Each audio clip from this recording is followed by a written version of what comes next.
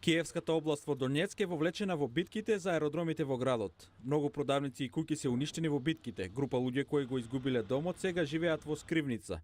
Од ерата на Сталин под напуштена болница. На 6 или пол 6, как? Имаше експлозија утринава. Живееме овде. 10 метри под земја.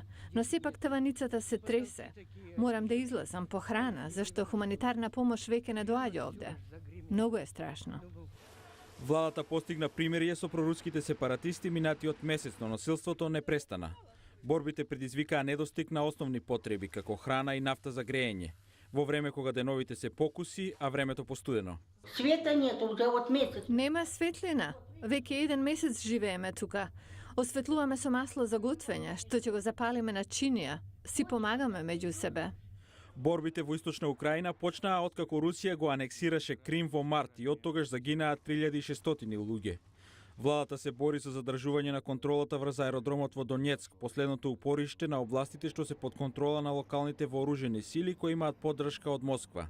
Но настрана од конфликтот, Киев има долгорочен спор со Москва во врска со снабдувањето со руски газ. Москва на 2 пати ја прекина доставата и бараше за останатите сметки да бидат исплатени.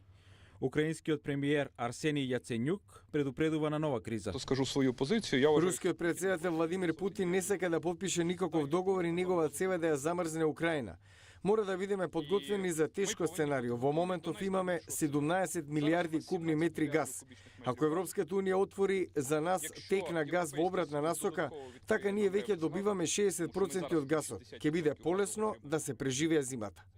Но рускиот газ за остатокот од Европа исто така минува низ Украина, така што Унијата не е имуна на кризата. Ова е тема на специјален самит неделава во Брисел.